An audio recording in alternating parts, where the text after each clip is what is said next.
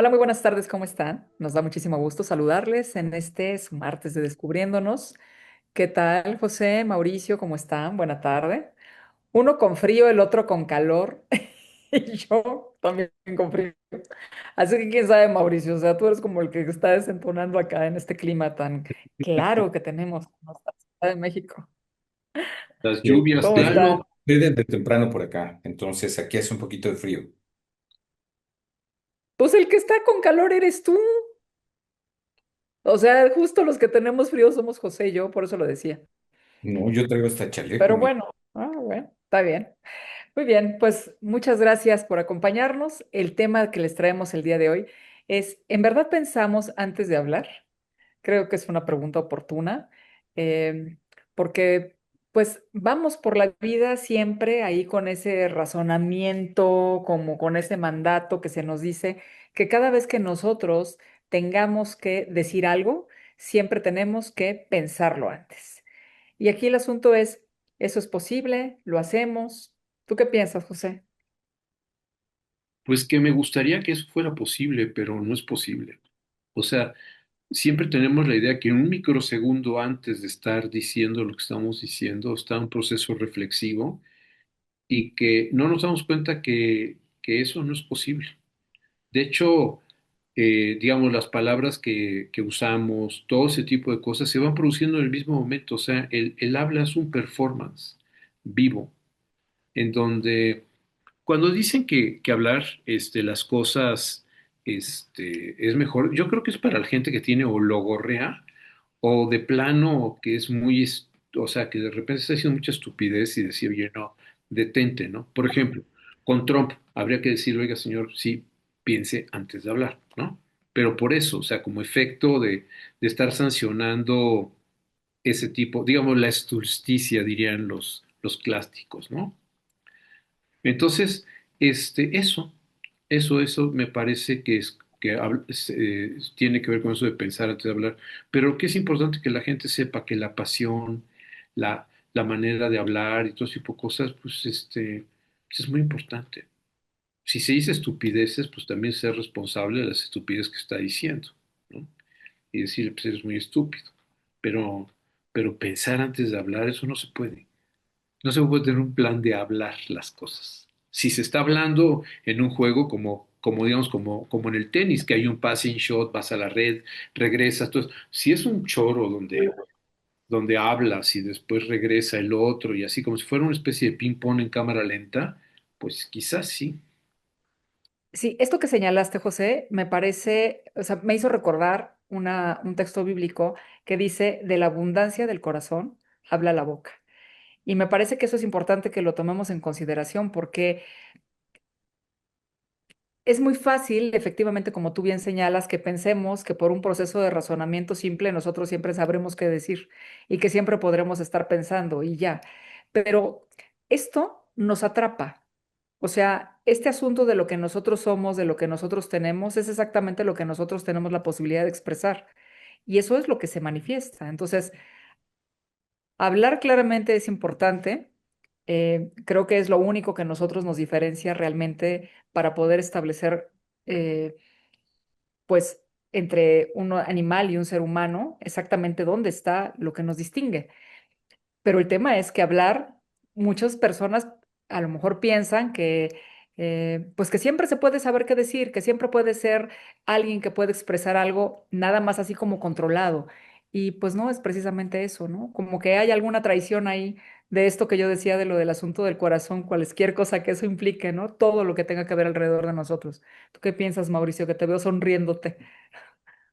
No, es que bueno, yo me estoy acordando de un autor que pues, es muy conocido, Coleman, y que bueno, tiene muchos textos que se pueden conseguir muy fácilmente, que justamente lo que planteaba es de que, pues bueno, en realidad, cuando hablamos se impone primero lo que él llamaba la amígdala, que es donde está teóricamente situada la cuestión de las emociones, y que es primero eso lo que habla y no lo que nosotros suponemos que tiene que ver con la razón.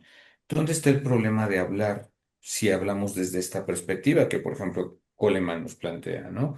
Bueno, si seguimos hablando desde el mismo lugar, pues no vamos a tener muchos resultados diferentes si el otro está situado desde el mismo lugar que llegó a la diferencia. Entonces, no importa qué tanto se hable, si ambos están situados desde ese lugar, no habrá acuerdo. La posibilidad sería que en realidad alguno de los dos se moviera. Pero justamente, insisto, desde este lugar que lo estudia desde la medicina, teóricamente, la mayor parte de nuestras respuestas primero pasan por lo emocional. Bueno, eso lo dijo Freud desde 1900, ¿no? Pero no deja de ser interesante este afán en donde, bueno, sí, claro que Lacan mismo lo planteaba, ¿no? Hablar tiene efecto siempre y cuando esto te permita moverte del lugar, pero si no te mueves del lugar y sigues hablando con la persona y la persona sigue sostenida desde un lugar y tú también, pues lo único que se va a hacer es más amplia la diferencia entre ellos. Entonces, lo importante sí es hablar, claro, pero ¿desde dónde se habla? Ujú. Y aquí me apoyo, insisto, desde Coleman. Sí. ¿Desde dónde se habla? Interesante pregunta, porque voy a volver a regresar a donde empezó José, pero un poco trayendo también esto que dices, o sea, ¿qué hay de esa realidad para cada uno del que está hablando que piensa que puede manipular y conocer cuando en realidad está distante de poder ser eso, ¿no? Cada uno de nosotros tenemos, digamos que nuestra propia cosmovisión a partir de nuestra historia, de nuestra forma de vida, pues de nuestro origen, de nuestro camino, y eso no puede estar fuera de lo que nosotros hablamos. Y eso de entrada, pues ya implica que aunque nosotros creamos que solamente estamos dirigidos por un asunto de una línea única, de una línea directa, pues no necesariamente será así, ¿no?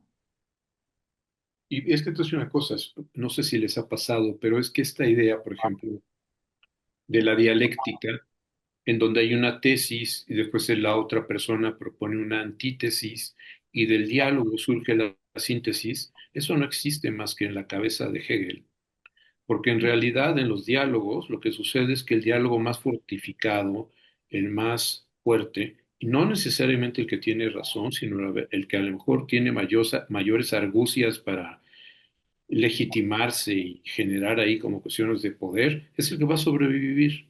No necesariamente van a arribar a una síntesis. Y además esto, pedirle a un necio, o sea, es como Sancho con el Quijote, ¿no? Cuando está ahí diciendo, pero no, señor, que dase cuenta que no son gigantes, son molinos. O sea, discutir con o sea, siempre en una historia donde hay un loco, del otro lado, si permanece en esta historia, es que hay un necio. Entonces, esta idea del necio pedirle a un necio que lo piense es ser uno necio, porque el necio no piensa, no está pensando las cosas, está haciendo las cosas así, entonces uno tiene que renunciar a hablar. En ese sentido, sí es la sabiduría como oriental del silencio, pero del silencio, digamos, como una operación de decir, veo la inutilidad de intentar comunicarme, expresar mi punto de vista, porque veo que no va a ser ni tomado en cuenta, ni va a ser entonces creo que a veces este espíritu del silencio puede ser verdaderamente una cuestión de, bueno, todas las tradiciones orientales siempre van llevando a que frente a eso hay que guardar silencio, ¿no? Pues sí.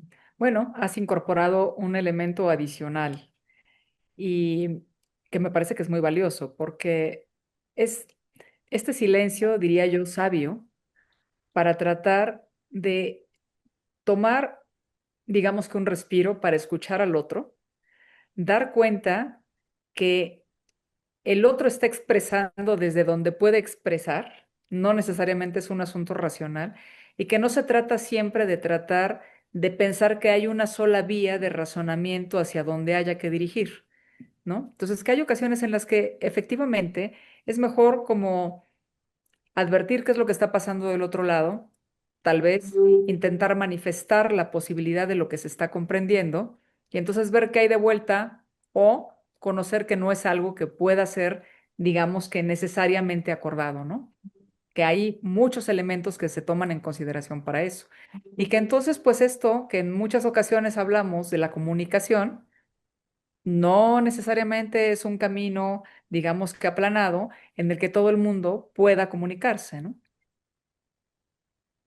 Claro que interesante que José lo planteara así, porque una de las posibilidades que Por ejemplo, uno de los caminos, como lo trabaja un analista, es con el silencio. No todo silencio tiene que ver con un análisis, por supuesto. Alguien puede hacerlo desde otro lugar, pero en efecto, nuevamente yo me regresaría. ¿Desde qué lugar estoy hablando? Si mi lugar es convencer al otro y el otro, a su vez, de convencerme a mí, no va a haber acuerdo. Y lo único que va a hacer es abrirse infinitamente más esa zanja de diferencia. ¿Desde dónde hablamos? Entonces, si yo hablo desde mi historia y desde mis propias emociones y el otro también, y no hay una pausa para modificar esto, pues entonces, en vez de que ese hablar implique un cambio de posición de alguno, seguirá más bien la diferencia. Entonces, es muy importante esta cuestión de desde qué lugar hablo, para que entonces podamos ver qué tantas posibilidades hay o no de esta posibilidad, pero de que hablamos porque lo pensamos. Bueno, simplemente yo invito a todos los que nos están escuchando que analicen su propio hablar y se darán cuenta que no es exactamente así. No es exactamente así. Pensémoslo personalmente, analicemos nuestro propio hablar y bueno, vamos a descubrir cosas interesantes. Y que este análisis nos ayude a justamente preguntarnos si cada vez que nosotros decimos que pensamos antes de decir algo, antes de hablar, ese proceso superior, ¿no? Como que interviene el razonamiento, siempre estará como dirigido a aquello que nosotros queremos. Ojalá que de esto que acabamos de plantear el día de hoy nos dé herramientas justamente para que al escucharnos tratemos de analizarnos respecto de eso. Pues muchísimas gracias. Un gusto como siempre, Mauricio José. Nos encontramos en la próxima. Saludos a todos. Saludos.